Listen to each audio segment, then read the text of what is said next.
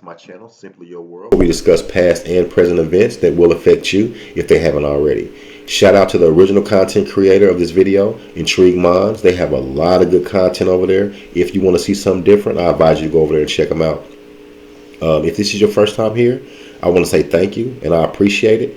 If you've been here before, you know I don't like to talk too long in the beginning of the video. I want to get directly into it. So with that being said, a lot of us have heard about Greenwood, Oklahoma, and the atrocities that happened in Black Wall Street down there in Oklahoma. But have you ever heard of black towns that were flooded, were treated the same way, if not worse, than Greenwood, Oklahoma, and were flooded to be hidden away forever? With that being said, I'm going to get into the video, and then we're going to talk about it as I come back with my commentary. Lake Lanier is the site of multiple mysterious deaths and disappearances that have plagued this man-made lake for as long as it has been in existence. Many people believe that the lake is haunted because it was constructed on top of a town. That town was called OSCARVILLE. Located in Forsyth County, it still exists today, but it is submerged beneath as much as 152 feet of water, though the remnants of OSCARVILLE were revealed during droughts between 2000 and 2009. So, What happened to the residents of that town? Who were they, and why did they leave? And what other mysteries does this submerged city's tragic past lay claim to? Keep watching to learn all about the secrets of OSCARVILLE, the town that was flooded by Lake Lanier. OSCARVILLE was a town in Forsyth County, which lies in the northern part of the state of Georgia. Today, this county is characterized by a predominantly white population. Yet, this was not always the case. In 1912, each and every black resident was forcibly relocated. An estimated 1,100 people, comprising 10% of OSCARVILLE's population, were removed from their homes and sent into exile. This happened so many times. But what events precipitated this racial cleansing? Over time. In September of that year, before the white people drove out their black neighbors, a young woman was found in the nearby woods. She was beaten, bloodied, and unconscious. The woman was 18-year-old Sleety Mae Crow. The girl later died of her injuries, 1 week shy of her 19th birthday. It was believed that she had been struck from behind and dragged into the woods while walking home from her aunt's house. Her assailant raped her before striking her in the head with a rock at least 3 times, crushing her skull. A black man named Rob Edwards, who was only always the same story, over and over, was quickly seized. Edwards was from unlawfully hung in the town square, this guy, with many of the white community present. His body was strung up on a telephone pole, and white onlookers fired bullets into his lifeless body. 2 more people would be executed for this still unsolved murder. 16-year-old Edward Knox, whom the girl allegedly accused on her deathbed, and a 17-year-old Oscar Daniel. The 2 boys were put on trial, found guilty, and handed down a sentence of death by hanging. Earlier that same week, another white woman was allegedly assaulted by 2 black men. Here we go again. Ellen Grish, the wife of a well-respected farmer, accused 2 black men, Tony Howell and Isaiah Perkle, of attempting to rape her, before they were startled and scared away by her mother. These men were imprisoned, awaiting trial. A black preacher by the name of Grant Allen was alleged to have speculated at a community barbecue that Grish may have given consent to sexual relations with Howell and Perkle.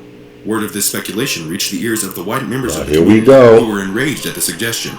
An angry mob captured Grant Allen and horsewhipped him until he was nearly dead. The local sheriff managed to intervene just in time to drag the preacher to the safety of the courthouse.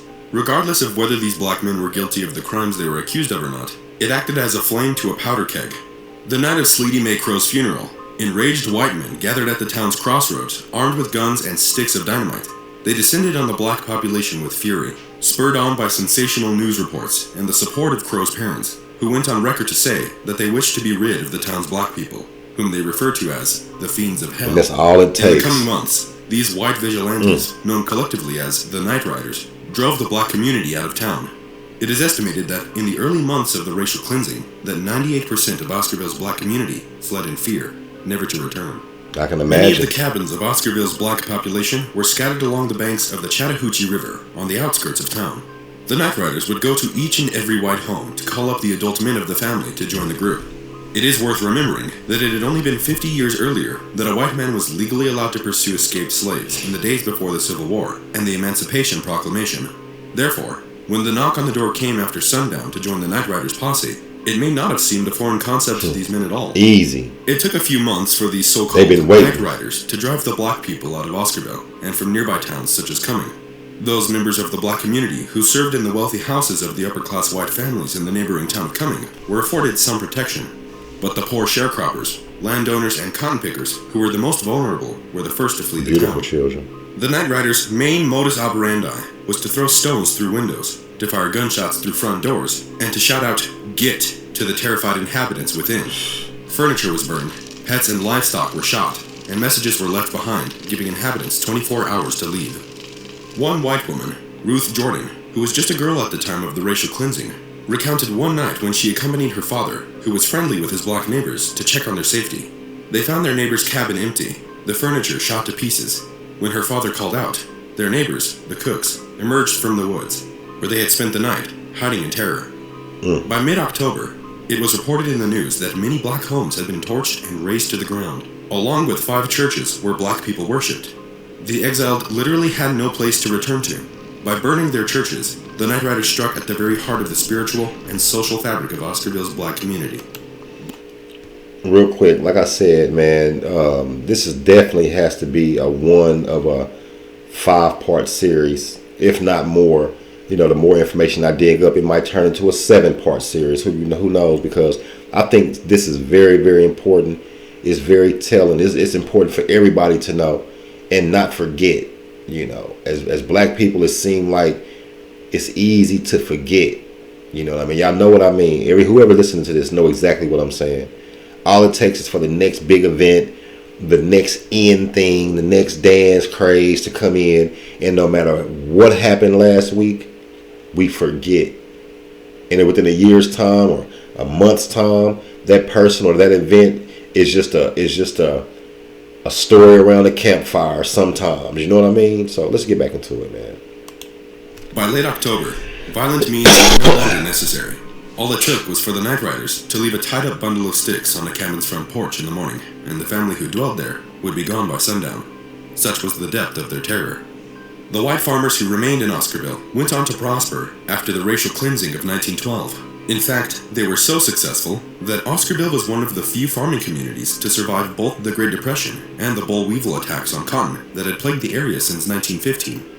However, the fact that Oscarville primarily comprised farming land made it a target for developers who wanted to create a water supply for the fast-growing Atlanta metro. All but 5 residents were asked to sell their land to the government for this project. In 1947, a deal was struck between the Chamber of Commerce and the Industrial Bureau for the construction of the Buford Dam, which took 4 years to complete, and by 1959, Lake Lanier was filled for the first time.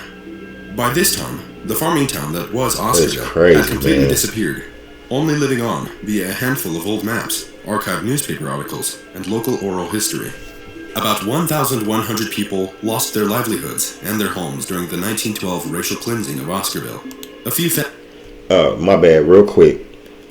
Just looking at that lake on the last couple of slides back, I've read stories before I actually did this video. I read articles about people who swam in the Lake Lanier, that white people actually, that actually fell in. Some people drowned. Some people that were on the verge of drowning. And all the people that were on the verge of drowning, a lot of them said, not all of them, but some said it felt like something was pulling them under.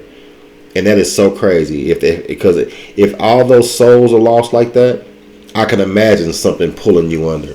You know, especially if you know about it, or you are an ancestor of the people who committed those atrocities, and then you just happen to fall in the lake. I mean, I can see how that could happen, or they could feel like they were being pulled under. Let me know what you think. Families sold their properties for dirt cheap. The majority just left. No longer able to make a living off the land they were forced to abandon, they were unable to pay their taxes. This meant that their property was seized by the government. The white farmers who remained often simply took possession of them. All this made it much simpler to legally flood the land that was many people's ancestral home. Perhaps the saddest part of this dark chapter in America's history is that this was not the first time that people had been displaced from the land where Oscarville sat. In Forsyth County, during the 1830s, Cherokee farmers, who had no legal rights, had their holdings taken away from them in a so-called land lottery, in which white settlers were granted a stamped document which gave them the right to drive the Cherokee farmers out of their homes and away from their land, and they had no legal redress. Quite often, these farmers were driven out at gunpoint. This was simply a government-sanctioned land grab, and just like the Cook family, who hid from their white attackers in the nearby woods, so too did many of the Cherokee farmers, who would rather hide in the forest and starve than be driven out. Eventually, in the face of such adversity, A small faction of the Cherokee ceded the entire Cherokee territory to the United States. The Cherokee were then rounded up and pinned like animals, before being packed into wagons and forced to walk out of Georgia forever, bound for a reservation in Oklahoma. There is a well-known and indelible truth, which historians attribute to the Spanish philosopher George Santayana, that those who cannot remember the past are condemned to repeat it. It would seem that this was the case with the peoples of OSCARVILLE. Perhaps this town is better off, buried beneath the deep waters of Lake Lanier. This has to be one of the most telling stories that I'm going to do. It kind of infuriates me too, because I think about all the lakes around my area. You know, Wyandotte County Lake. You got what you call it, the Lake Lotawana, Lake what's that? Lake Como. I don't fish a lot, but there's so many lakes around here that probably 9 times out of 10, now that I see this, I don't put nothing past it. So when I see a lake now, I think that it's a flooded town, especially if it's a man-made lake. You know, am I wrong for thinking that? And 2 weeks ago, I knew nothing about OSCARVILLE. You know, think about the people that do know about it and go fishing every day out there on that lake, go swimming out there every day on that lake, knowing their grandpa, their grandmas, their aunties, cousins, great cousins, whatever you want to call it, had a hand in killing these people, all because of jealousy or envy or just whatever you want to call it, greed. You know, but anyway, man, I'm not gonna talk too long. You can just leave a comment, because I think I might say something to get me copyrighted or banned or just whatever, because this kind of thing really infuriates me, man. So leave a few comments and let me know what you think. And until next time.